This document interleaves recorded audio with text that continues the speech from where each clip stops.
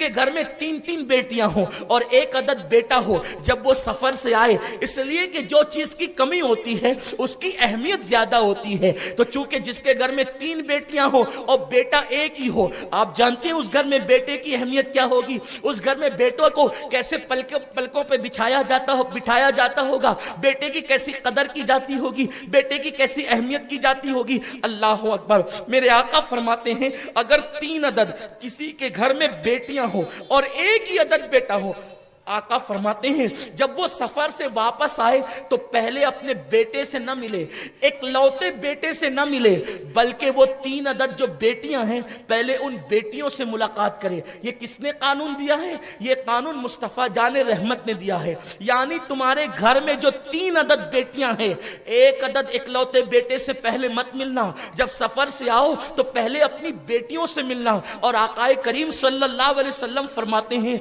अगर सफर में तुमने कोई तोहफा खरीदा है और तुम कोई तोहफा लाए हो तो पहले तोहफा बेटे को मत देना, बल्कि तोहफा पहले बेटियों को देना। अगरचे वो 3 हो, उनकी तादाद ज्यादा हो, अगरचे बेटा इकलौता हो, तुम जब सफर से तोहफा लेकर के आओ तो पहले बेटे को मत देना।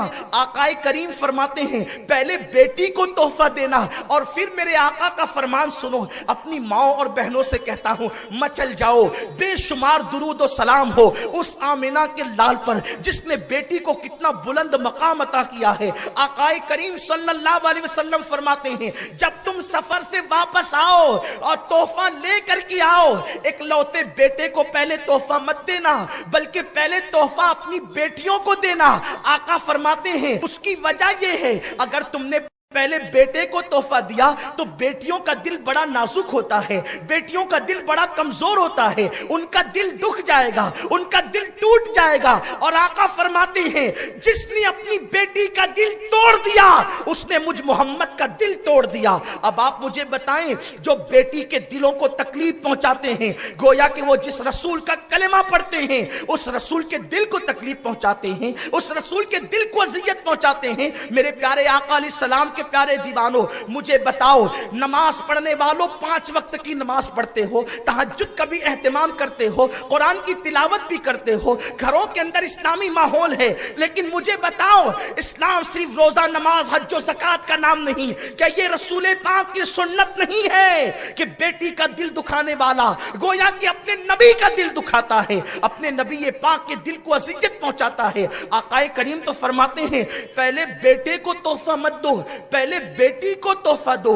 अल्लाह अकबर। और मेरे आका सल्लल्लाहु अलैहि वसल्लम ने एक महफिल में इरशाद फरमाया जिसके घर में 3 बेटियां पैदा हो, हुजूर ने शुरुआत की है 3 बेटियों से। आका फरमाते हैं जिसके घर में 3 अदद बेटियां पैदा हो और वो खुशी करे। खुशी का मतलब यह कि दिल से, गली वालों को बताने के लिए नहीं, अंदर से जल रहे हैं और सामने से इजहार कर रहे हैं। मौलाना कह रहे थे बेटी पैदा होती तो जलेबी तकसीम होती है। मौलाना ये पहले की बात है, अब तो जलेबियां भी तकसीम नहीं, अब तो 3-4 दिन तक के बताया भी नहीं जाता कि पैदा क्या हुआ है। ये बहुत पुरानी बात हो गई। और अगर जलेबी भी तकसीम होती है तो इस खौफ से होती है कि चलो बांट दो वरना लोग कहेंगे बेटी अच्छी ना लगी। इसलिए नहीं कि बेटी की खुशी में, खुशी दिल की कैफियत का नाम है। जिसको इख्तियार नहीं है वो बेइख्तियार उछल पड़ती है और चेहरे खिल जाते हैं। वो जो बेइख्तियार चेहरे खिलते हैं ना, वो बेटियों की विलादत पर अब कहां है। अब तो जैसी बेटी की विलादत की खबर सुनते हैं तो सर चकराता है, आंखों में अंधेरा आता है। उसकी शादी कौन करेगा, दामाद कैसा होगा, ये कैसा होगा। नादान, तूने बेटी को जन्म दिया है, उसकी तकदीर को तूने जन्म नहीं दिया। तकदीर तो खुदा लिखता है। और सुन ले, ये दुनिया की मुसीबत भी हो तो वो 2 दिन की, अभी मैं उसका जायजा लूंगा, अभी आपको बताऊंगा बेटियों को मुसीबत होती है तो उस पर भी क्या है। अल्लाह के हबीब सल्लल्लाहु अलैहि वसल्लम फरमाते हैं 3 बेटियां जिसके घर में पैदा हो और वो खुशी करे, यानी गम नहीं करे, खुशी करे। आका फरमाते हैं फिर उनके अच्छे नाम रखे, उनकी अच्छी तरबियत करे। अच्छे नाम भी रखे, अच्छी तरबियत भी करे। बल्कि मुझे तो यहां तक लोगों ने बताया, यहां तक लोगों ने बताया कि जिस औरत को बेटियां ही पैदा होती है, शौहर उसको धमकी देता है कि तुझे सिर्फ बेटियां होती है, बेटा पैदा नहीं होता। इसलिए अब की बार बेटी पैदा हुई तो तलाक दे देंगे, इस तरह की धमकियां दी जाती। बल्कि जिस घर में जिस बहू को बेटियां होती है उन बहुओं को ताना दिया जाता है तू तो बेटी की मां है। लेकिन आपको एक बात मैं बता दूं, बेटे और बेटी मां की तरफ से नहीं होते, बल्कि औलाद जो मिलती है वो बाप की तकदीर से मिलती। तो जो लोग औरतों को ताना देते हैं ना कि तुझे बेटियां ही पैदा होती है, औरत का कोई कसूर नहीं है, ये तो मजहब है ना, मजहब है, मजहब की तालीम है। ये क्या तालीम है मजहब की? मजहब की तालीम यह है कि बाप की तकदीर से औलाद मिलती है, क्योंकि औलाद का ताल्लुक किससे है? बाप से, क्योंकि वो बाप की पुश्त में ना। ये मजहब है। साइंस भी ये कहती है कि औरत के अंदर जो औलाद की पैदाइश के मादे हैं वो दोनों एक से है, एक समझाने के लिए एक से, और मर्द के यहां एक्स और वाई दोनों है। तो जब एक्स से एक्स की मुलाकात होती है तो बेटा पैदा होता है, और जब एक्स से वाई की मुलाकात होती है तो बेटी पैदा होती है। यह साइंस कहती है। अब आप मुझे बताएं, आप जिस औरत को ताना दे रहे हो उसके वहां तो वाई है ही नहीं, वो वाई तो आपकी वजह से है। तो आपको ताना उसको नहीं देना चाहिए, ताने का जिम्मेदार तो आप हो। और अगर आप मुसलमान हैं तो आप भी ताने के काबिल नहीं हैं, क्योंकि मेरे अल्लाह ने फरमाया हम जिसको चाहते हैं बेटियां देते हैं और जिसको चाहते हैं बेटा देते हैं। चाहत तो उसकी है, ताना देने वाला तू कौन होता है? हुजूर अलैहिस्सलाम फरमाते हैं जिसके घर में 3 बेटियां हो। अब जब अल्लाह की चाहत पर मुसलमान राजी ना हो तो फिर कौन राजी? हुजूर फरमाते हैं जिसके घर में 3 बेटियां हो, अच्छे नाम रखे, अच्छी परवरिश करे और अच्छे घराने में उसकी शादी कर दे, अच्छे घराने में उसकी शादी कर दे।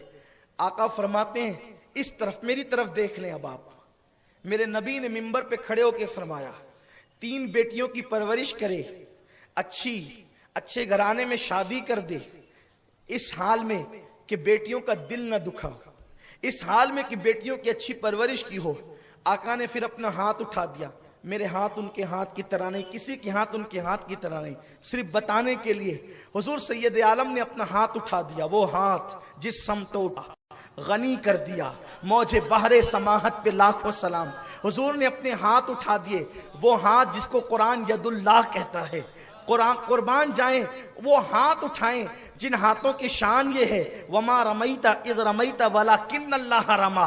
अगर वो हाथ कंकरी फेंक दे तो कुदरत कहे तूने नहीं महबूब, हमने कंकरियां फेंकी है। हुजूर ने वो हाथ उठाए, सहाबा की तवज्जो हो गई। आका फरमाते हैं मेरे सहाबा ये देख रहे हो ये 2 उंगलियां कितने करीब है। हुजूर ने यूं किया, सरकार ने गोरे गोरे नर्म नर्म खूबसूरत हाथ यूं किया, गोया कि वो यदुल्लाह को हुजूर ने यूं किया और फरमाया मेरे सहाबा ये जो देख रहे हो 2 उंगलियां कितने करीब है। अब आप देख रहे हो, मैं सिर्फ समझाने के लिए, ये 2 उंगलियां कितनी करीब है, इनमें कोई फासला नहीं है। आका फरमाते 3 बेटियों का बाप जो बेटी की पैदाइश पर खुशी करे, अच्छे नाम रखे, अच्छी तरबियत करे, अच्छे घराने में शादी कर दे। हुजूर फरमाते जैसे ये 2 उंगलियां करीब है, 3 बेटियों का बाप और मैं मोहम्मद जन्नत में इतने ही करीब रहेंगे। नमाज पढ़ने पे सवाब की बशारत है, हज पढ़ने पे मगफिरत की बशारत है, बेटी की परवरिश करने पर यूं जन्नत में पड़ोस मिलने की बशारत है। हुजूर ने जो कह दिया हमारा ईमान है। खुदा की कसम, अगर आपको किसी डॉक्टर का पड़ोस मिल जाए, किसी सियासतदान का पड़ोस मिल जाए, आप कहते हैं अपने को टेंशन नहीं, इसलिए कि पड़ोस फुला का मिला है। खुदा की कसम दुनिया में नहीं बल्कि जन्नत में मालिके जन्नत का पड़ोस जिसको मिल जाए फिर उसकी शान क्या होगी और वो किस बुनियाद पे मिलेगा। हुजूर फरमाते इतने करीब होंगे, कुर्बान जाएं इतने करीब होंगे। दुनिया का लालची तो शायद इसकी अहमियत महसूस करे ना करें, हुजूर का सच्चा गुलाम तो कहे अल्लाह बेटियों से घर भर दे। हुजूर का सच्चा गुलाम जिसने दीन पढ़ा हो और जो सच्चा मुसलमान हुआ हो, अब बताएं वो दुआ ना करेगा अल्लाह बेटी अता कर दे। सरकार ने फरमाया इतने करीब होगा। महफिल मौजूद थी, क्योंकि हर बंदे की यहां, हर खुशनसीब की यहां 3 बेटियां नहीं होती ना। मैं उसको खुशनसीब मानता हूं जिसके घर 3 बेटियां हैं। खुश हो जाओ, उन पे जुल्म नहीं करना, उनको बोझ नहीं समझना, उनको तकलीफ का जरिए। कहां से शादी होगी मौलाना? अरे नादान, जिसने पैदा किया वो इंतजाम भी करेगा।